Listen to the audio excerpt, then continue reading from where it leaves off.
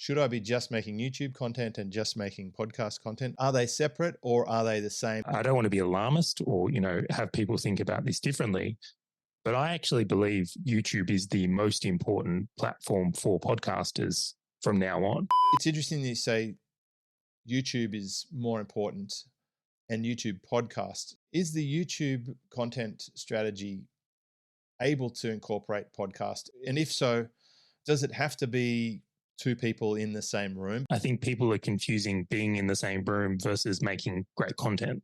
There's several high quality shows out there that are done remotely. And I want to say too, this is very important because it'll be asked by somebody listening. They'll say, what about Own the Racecourse? I'm going to say that it's okay to participate on these other platforms. Just don't make it your whole game because it can get stopped. It can change. James Schramko here. Welcome back to my podcast. This is episode 1052. And I also want to invite Charley Valher from ValherMedia.com. Great to have you on the call.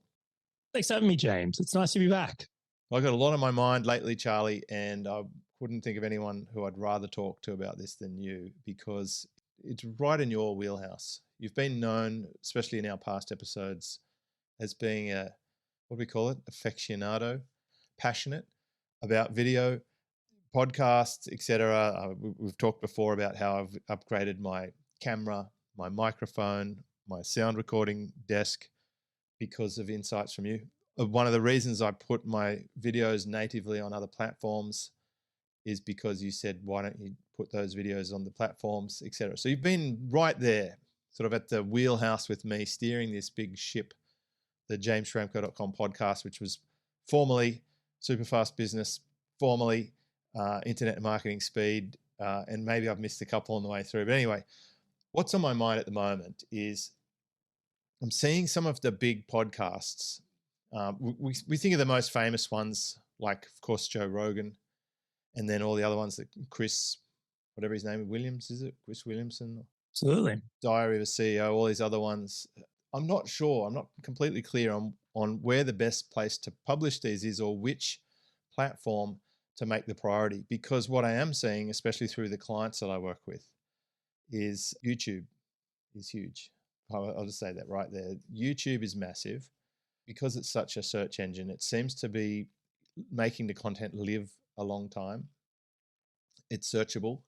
I've been testing it on my other channel, my surf channel, and even with a tiny, tiny little subscriber base, I can get a lot more views than the number of subscribers I have because YouTube's serving it up to people who might be interested in it.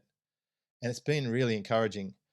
For example, I had 84 subscribers on that channel and I got a video with 4,000 views within a week or so, maybe 2 weeks, and it had lots and lots of comments, lots of shares, people marking it to check out later, etc. And really, really encouraging. And then it sort of made me look at all of my stuff. What I have noticed is a lot of the podcasts that I've done, which we did publish on YouTube, they don't get a lot of views. And I'm guessing that's not the format that they're looking for, or I'm just not producing stuff the right way for that YouTube audience. And so the bigger questions are, should I be just making YouTube content and just making podcast content? I'm still getting, tens of thousands of downloads on the audio format, which was always the original format for my podcast. I've got over 1,000 episodes in my back catalog. So it's also been probably the number one contributor to conversions in my ecosystem, the podcast, my guests and myself. So it is very important. I want to get it right. We ramped up to 2 episodes a week. We've worked really hard on getting better thumbnails, better titles, researching episodes, making sure that we have a minimum standard of audio quality and vision quality, etc. And so I'm at this crossroads now. I've got a brand new process for my YouTube content, but are they separate or are they the same is probably my first big question. I know that's a massive amount of information there, but I wanted to give you the context to be able to unpack this a little bit for this particular episode. What a lead in. There is so much in that, James. I think that's going to be our whole episode. Yeah, I'll just shut up from here on in, right? So it's all over to you, Charley. So would you believe I've had this same conversation, I would say maybe 5 times in the last 2 months. And especially with people like yourself who have been more established podcasters who have then made the jump onto YouTube, wanting to, turn into a video podcast, and then in all honesty, not seeing the results. right? Many of them have gone, well, we'll record on video, we'll start publishing it. They're not getting the views and traction, and either they revert back or they evolve what they do into something else, or go another way. So it's very, very common and surprising in a lot of ways for me. I find this very, very interesting. It's a particularly interesting thing. So where to start? I would almost go that if you're a successful audio only podcaster and you just try and publish your stuff on YouTube and you're expecting to see similar results, I'd almost say that's a mistake. I'd almost say that that is a guaranteed recipe, unless you have some sort of massive following on YouTube already, that is going to go poorly. I really do think you have to alter the way you play the game in order to be successful on YouTube. I think that's very important. And then the next thing I'll say, and this is where I don't want to be alarmist or, have people think about this differently, but I actually believe YouTube is the most important platform for podcasters from now on. I think the game is changed in a big way. And I don't know anyone who's getting up and saying that, well, I'm just going to start an audio podcast today and from scratch is going to see success. I actually think that would be very difficult, very, very difficult. So I think it would serve a lot of podcasters out there if they start taking this YouTube side of things more seriously, because I think it's going to be huge, really huge, in fact, in the coming years. Yeah, there was even one point where Apple had a video channel. So I had a separate podcast channel for the video, but it got stopped for some reason. I don't know why. And I feel like I've often been just way too early to the market. When I'm looking at let's have a look at my old YouTube channel. I had 6,000 subscribers. And in the last 12 months, I think it had 122,000 views, right? I know people who get more views than that on one video. So the whole time that I've been on it, I've put thousands of videos on there, not really ever cracked it. And when I look at the content, I can see why. But some of the videos that I was doing 10 years ago that were also under a minute, where I was even like in different countries filming on the spot stuff, I think that would have gone well now with shorts and reels. But it was just way before the platform was wanting to promote that stuff. It's interesting that you say YouTube is more important and YouTube podcast. So can we just unpack that for a minute? Is the YouTube content strategy able to incorporate podcast? And if so, does it have to be two people in the same room? Because I've been told maybe 6 times now that that's what would really make my podcast better, because I feed so well off the other person and you get that dynamic that you can't reproduce over Zoom. All right, so let's go with that one, and then I'll jump into some stats here. Let's say that if you're in the room with someone, that you legitimately feed into their energy and make better content. Well, really, you've made better content to perform better. Yeah, of course. Right. So if that's something that enables you to create a high quality content, I think then it's a good move. It really is. Is being in the same room a requirement, though? So if you're able to make excellent content and not be in the same room, well, of course, people are still going to tune into that content.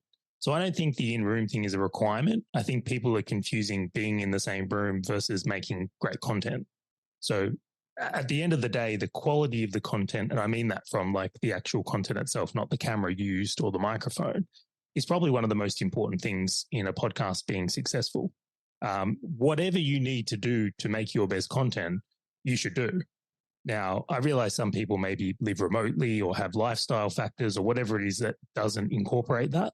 And is being remote a detriment? No, I don't think that at all. There's several high quality shows out there that are done remotely. Like, it's definitely not a requirement in that way. I mean, even now we're remote, and I would still say the quality of this conversation, I'm hoping anyway, is still going to be pretty damn good overall. Well, it's definitely relevant to me. So I'm sure it might be reasonably interesting to a good chunk of my audience, because they listen to a podcast, obviously, and some of them have been on my journey. But I look at other things and I think, well, but back when I started, I was always in the top 10. My podcast was in the top 10. Now it's lucky to be in the top 100 sometimes. I'm big in Argentina and I still don't know why. But anyway, secondly is back then it was audio and now it's most definitely video. It's like it's really brought a different dynamic to the table. And I was just thinking about this, my weekly group calls that I just did yesterday and the day before. Everyone was on video. That is a relatively new phenomenon. Firstly, it used to be audio only. we went through this big crossover phase where most people were just audio and a couple of very outgoing or video centric people would be on the video. And now everybody's on it. It's we're there where video is the minimum standard. So that's changed. This is why I feel YouTube is just so important. And I apologize for interjecting here, but I just want to really almost grab onto a point here that I think it's important for people to understand is like, even that comment there tells you video is here. That's how we're doing this now. It's, again, why I think YouTube's so important. If you look to things that YouTube's doing as well, is you can now actually tag videos as podcasts and they come up separately in the YouTube platform. If you're a premium user and have the premium controls, it looks like a podcast app now. Like YouTube are coming for this market and making a significant dent in it. And I admit myself, there's many shows I used to listen to on my Apple Podcast app. I now actually tune in on YouTube because they do the chapter buttons really well. You can tune into specific segments. And apparently I've got a thumbs up tool happening on Zoom right now as we record this, James. Yeah, well, if you do 2 thumbs up, you get fireworks. Oh, I like it. I like it a lot. See, video but can do be you fun. love it? That's the thing. Well, so we got to be able to get one. Surely we can get one. Oh, there we go. But this is just all to the point. It's all leading to YouTube. It's in a big way, and they dominate this market. I really think podcasters need to take this more seriously. They do in a huge way. I think the underlying theme is then how do you play it? Like, what's the playbook look like? So what do you do in my case? I've been pumping out regular podcasts. I've worked on making the quality of the podcast a minimum standard, better conversations, more research based. Or every podcast we have a discussion prior or some show notes to work from, so they're not just winging it off the cuff like the good old days. After we publish, we edit. We're sending out the emails to the guests. We're doing some social promotion, etc. So all the minimum stuff. But how do I decide what to do with the video and the YouTube stuff? Because I'm at the point now where I absolutely am making dedicated video first content. Would it be possible where I just make those YouTube videos and then podcast it, or do I still need to treat a podcast as its own medium? I'm going to encapsulate this in an idea that you are a podcaster here. I'm going to say that if you want to be a YouTube creator, that's almost a different category here. We can cover that at another point, but like you can be successful at both. And there's many examples of that. Like Mr. Beast is a successful YouTuber in my mind, right? He's got a YouTube channel. He makes YouTube videos. Reasonably successful. Yeah, reasonably successful. Where if you look at like, the podcasters, we're really talking about like Rogan or Patrick Bet-David or Chris Williamson, for example. Like they are podcasters. They're not making YouTube specific content in that way. It's different games. It's like ads versus SEO. Sure, you can get traffic, but they're different sports. So if you're sitting at a desk with a microphone, you're a podcaster. If you're burying yourself alive or crashing monster trucks into pits or whatever, then you're a YouTuber. Yeah, we'll roll with that. I like that definition. Yeah. So as the, podcaster version, what does it look like to be successful on YouTube as a podcaster? So you've kind of referenced in like, the first thing everyone goes to is like, well, I'll start recording, my video, and I'm going to put up those full interviews on YouTube, right? Is that a requirement? Absolutely. But I think there's so much more that needs to come into the conversation. And that's where it kind of gets interesting in my mind. So I just want to break this into 2 really quickly. If you're a new podcaster, I would encourage you be YouTube first. You be thinking everything YouTube first. If you're an existing podcaster, you kind of have some legacy to deal with in that you might already have a back catalog of, people who are listening to you on Apple and people on Spotify or whatever it is in itself. But for the sake of this, we'll stick to the YouTube component now. So the first thing I would really look at is if you're a podcaster and you're looking to make the transition to being more dominant on YouTube, you have to promote that really well. So whenever you're sending out your emails, whenever you're sending people to episodes, where you link to from your social posts, I wouldn't be putting links to every platform anymore. I'm pushing all traffic to YouTube. And I think one of the reasons why many podcasters don't succeed when they make the jump over to YouTube is they might publish this video there, but then when you look at their emails or you look at the things they're doing elsewhere, they're still stuck in old promotion methods. And if there's anything I know for certain on YouTube, if you just upload a video and expect people to find it, probably won't. Like you really have to be thoughtful in the way you're getting traffic to these things right now. So I think that's a huge first step is thinking about where am I going to get my traffic from? Can I just change the links I put in my emails? when I do other social posts, can I link over to YouTube? How can I be the one that actually drives people to the content? Right. So I think that's an imperative part of it. You put it in subtly, but I want to reinforce that. And it's actually on stage one of my new system here. This is the YouTube system. And I'm calling this my core YouTube system. Like that's the YouTube first. But the first thing I want to know is, what is the point of this content? Like, what result would the customer want, and what result do I want from this content? And who is this for specifically? I want that bullseye. But the next thing is the call to action. And I've got in a little note here, separate video. What I've noticed people do, instead of all the 50,000 links off to here, there, or everywhere, they just put a link to one video that's essentially usually a VSL or a lead magnet opt-in. And so all their videos are pointing back to the one call to action they would like people to take. Huge, right? Just that simple idea can make a massive, massive difference. And then you could run paid traffic to that VSL separately. Well, this is where the fun starts, right? There's all kinds of fun you can have here. And I'd love to give people some different ideas about like how you can win it. So I'm almost overwhelmed, but we'll just break this down one at a time. Giddy with excitement. Oh, I am. I absolutely am. So let's pretend you've got you're starting to publish your podcast on YouTube. You want to get people to there. One of my favorite strategies to run in growing the YouTube presence for people is going, well, we're going to take a clip from the full length of the podcast. And you would have seen many of the other podcasts out there making clips and shorts and things like that. Many even have dedicated channels to that. And what they'll actually do is promote the short clip that's a really like meaty point, and then go, well, if you would like to hear more of this interview, like watch the full episode on the channel. Like that's their way of doing it. They're not actually promoting the full episode of the podcast. They promote the clip, they get the traction, and then people that want to listen to that clip or hear more from that will listen to more.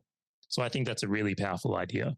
And this is where those little differences are, is going, well, in the Apple ecosystem, we're not pulling clips out and trying to promote those clips. We just promote our full episode. In the YouTube ecosystem, we know that people are more designed to be there for shorter content, maybe 5 to 7 minutes, and then they're moving on to the full length or something bigger in that way. So this is how, if you're a YouTube podcaster, you can start adapting the way you do content to be more in line with what YouTube wants in a really, really big way, which I think is really powerful.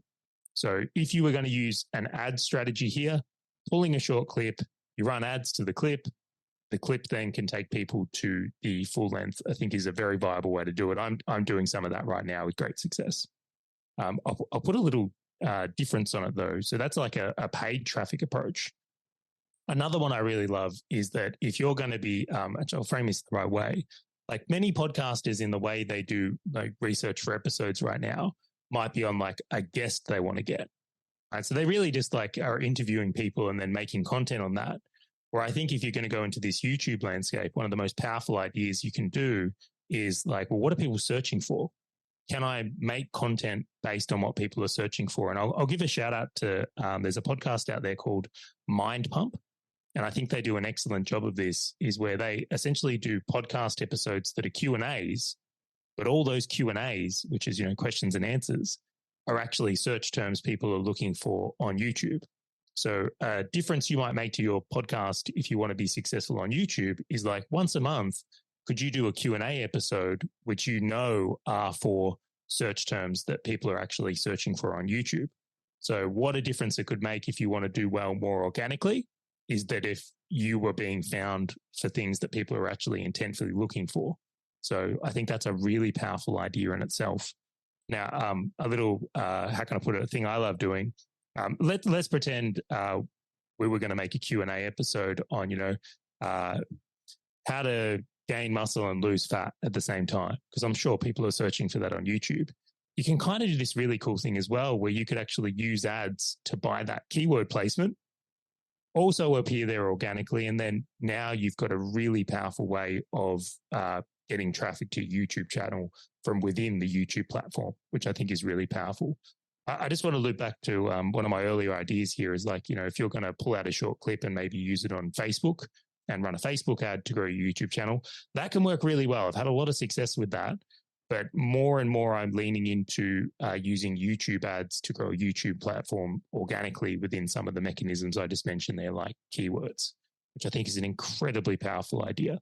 So again, little adaptation is, instead of, just grabbing a guest or something like that, is to move into the idea of being more in line of what people are searching for on YouTube. Yeah, it certainly is consistent with other things that I've seen and doing. I mean, even if you take this episode, we're not talking about all about Charley and Charley's backstory and Charley's life and Charley. We're talking about whether you should be setting up a YouTube channel or a podcast channel, or whether they can be combined. So we're talking about very specific terms here. And also, when I went and had a nice coffee with Justin Brown from Primal TV, Primal Video, down the road here, and he's very search based, and he was sort of flagging the idea, and he's organic, that it doesn't really matter how many subscribers you have. If you're making the right content, it will get promoted on the platform. And that's exactly what has happened to me with the surf channel, where a tiny subscriber base, I get way more people visiting. And we did take that core video and then chop it into little bits to put on the Instagram and into shorts. Because a 14 or 17-minute video, you end up with quite a few little things, as long as you script hooks all the way through it. Yeah, I'd love to chime in a little bit more on that. One of the things I found really interesting along the ways, I thought, and this is something I tried and legitimately put a reasonable amount of money behind. In previous episodes, we've spoken about how much I spent on ads. So I know this was well tested. I really thought that the Shorts platform would be a great thing for driving longer video views. It hasn't been that way at all. I've actually found in my tests in the last 3 months, and again, this could change, right? These platforms do change. But what I've seen in the last 3 months is that Shorts hasn't done as well in driving full-length views or driving podcast views as, let's say, those like 5-minute clips, which are a bit longer. So I really think that if you're looking at utilizing that type of strategy, I would lean more into the 5 to 7 minute video if you're on the YouTube platform. But however, the caveat of that is if you go over and use it as I think it's a reel on Instagram and Facebook, right? That's been really good at driving people over in the other way. So even the type of content and where you promote it can make a very, very big difference here. That's what we're doing. We're doing reels across to YouTube. And we took that core video and we broke it down into screenshots from the video with all the images and cross-linked between us. And we made a beautiful, epic blog post, like a full-on guide, which was a transcript loosely, but cleaned up and made really effective to read, and cross-linked to all the things we'd mentioned. And that's picking up SEO traffic now, which attracts advertising revenue for our site. And in the old days, that would have been the first thing we did. We would have just done a blog post. So it's funny, we're now doing the research and the core seed and checking other channels and keyword intent, and then scripting out, and then filming, and then producing, then publishing, and then somewhere along the way it ends up on the socials, and then finally the blog post, and then we can email the customers about it. But if you stack all those things together, we've been getting big results from just one core piece of content. So I'm on the same train as you there, Charley. I'm more focused now on those 10, 12, 14-minute, well-researched, high-quality productions versus the shorts. I mean, I've done so many shorts. Seriously, when I was looking back through my channel, I've done so many shorts, I can't even remember recording these shorts. I did shorts all around Europe, shorts all around every place I've ever lived. So many.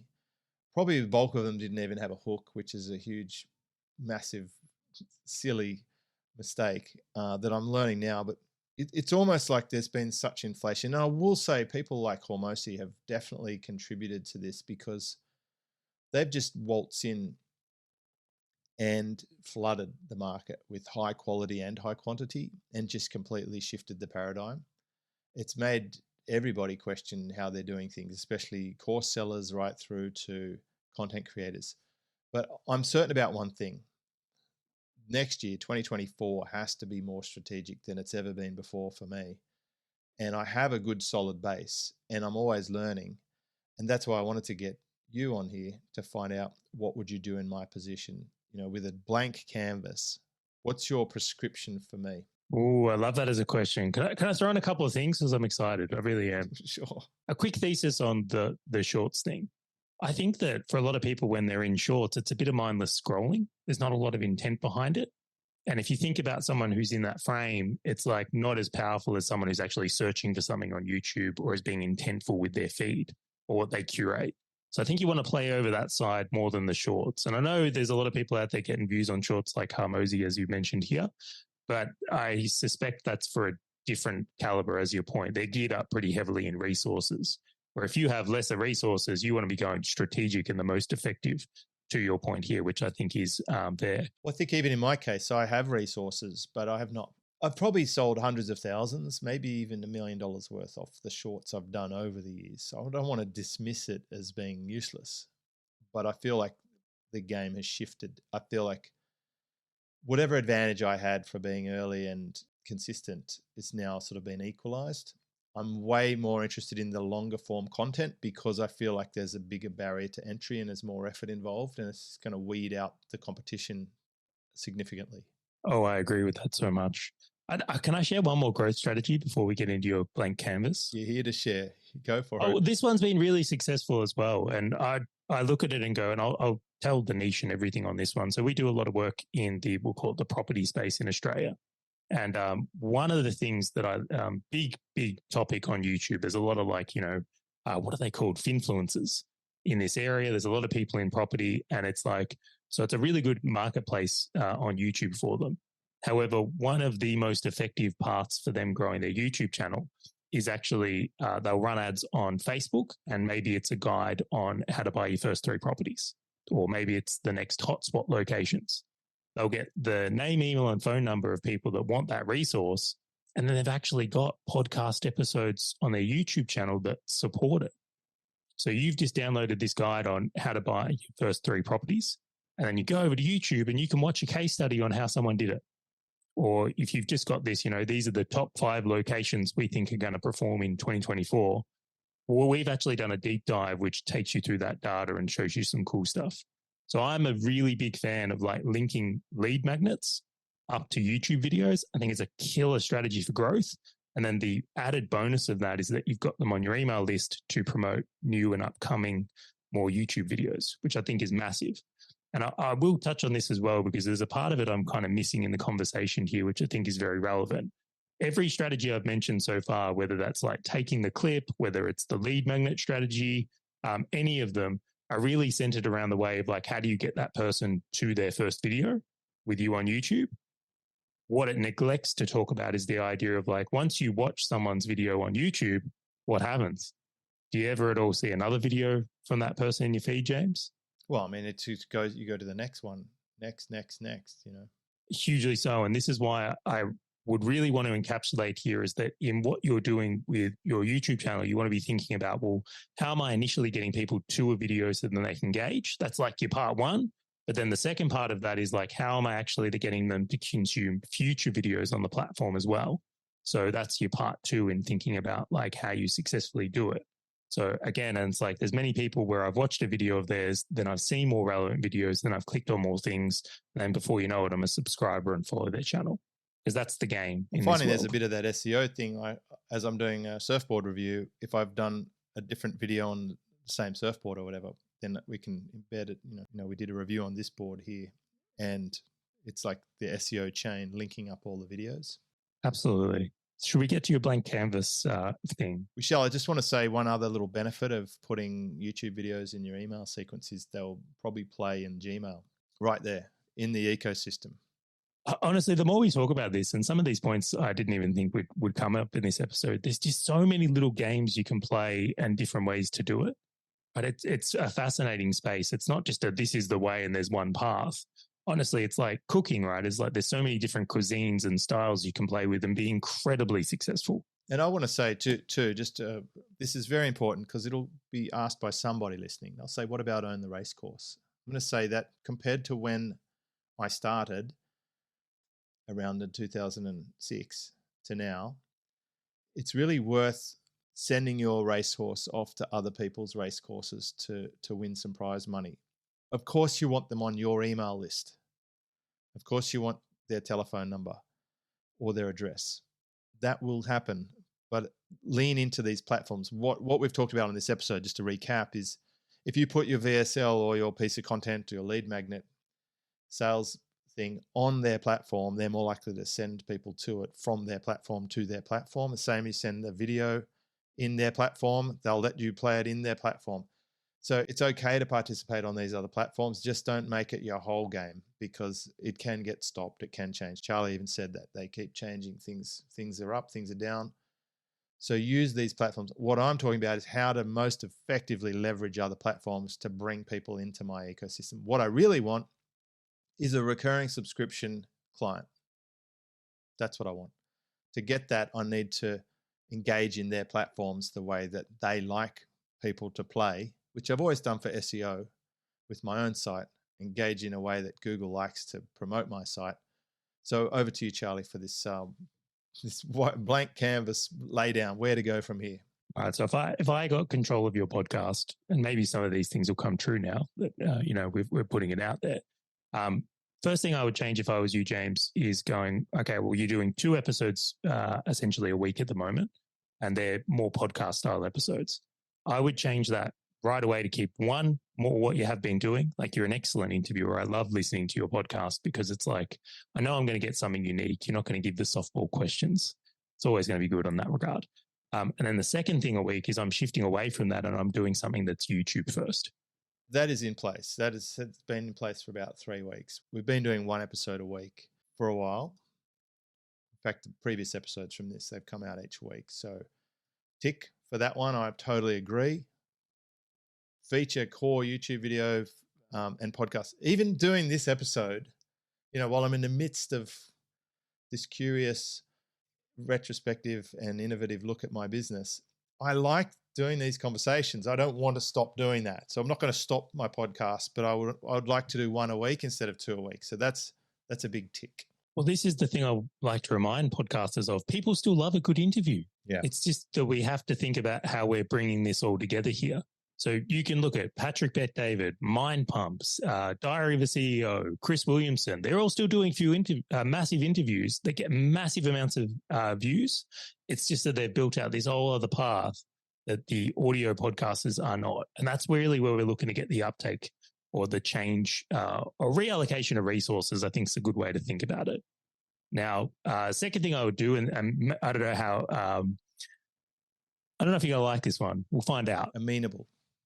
Any promotion you do of your podcast is now only YouTube. I'm not promoting Apple links. I'm not promoting Spotify. I'm not sending things to a website. I'm pushing YouTube hard because I know that in doing that, while it might come at the cost of some audio downloads, expect that. I think once you get this algorithm spinning on YouTube, because that's where it's all going, and a lot of those people that were on audio are coming over to YouTube, I think you're going to get them back and more. Is that when we email out the audience to say a new podcast has dropped, are we sending them to YouTube instead of my website? Absolutely. Okay. And on that YouTube video in the description, does it link to a VSL on YouTube now instead of on my website? Absolutely. I'd be going all in on it. Like if, what is it? We're going to narrow our focus. We're going to do less, but better. I'm going to push all of that into being over into the YouTube ecosystem. Less, but better. Dieter Rams.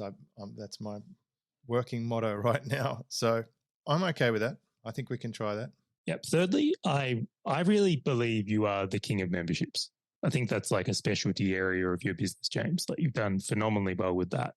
And I know you've got some great trainings on that within your, I can't remember, we're not calling it Superfast anymore. What are we calling the forum? I've never actually had a name for my membership yet. JamesSchramko.com membership. Like, you can't name it. I haven't actually bothered to name my membership since 2009. So well, I wonder if I get out. I'm like, I can't remember what this membership really is that called. Effective as a marketer. But yes, there's plenty of members at JamesSchramko.com. Yeah, so I would love to see you develop a lead magnet that is like, the membership blueprint, which it might be like how to get your first 100 people in your membership. It might be how to make $100,000 a year with the membership business. But I want a journey-based lead magnet, something that says you're at point A, I'm going to take you to point B. Yeah. Well, I've got that. I just need to redo it. And do I do that as a YouTube series or one YouTube video that's really long with chapters? Well, I'm thinking just as a PDF downloadable, right? I've got that already. I've already got that. Well, maybe we set this up after. We'll talk about this. But I would actually run that as a Facebook ad. to get name, email, and phone number. So you're now building your list to promote things on YouTube, which I think is really good. But then I want the back of that to be some trainings that you've done and excerpts from training that you've got on YouTube, because I think you can bring people over to that platform to show some of these things. And if we really want to take this one next level, I'd love to see you do some more interviews with people that have got memberships or done your blueprint, and even have some like case studies coming through or some videos on that. So now we've got a bit of a silo we're building out where it's like, not only are we getting more traffic to YouTube and growing our YouTube, now we've got a great little pathway that aligns to like what your business sells, which I think is an important part. I must have dozens of those case studies from memberships.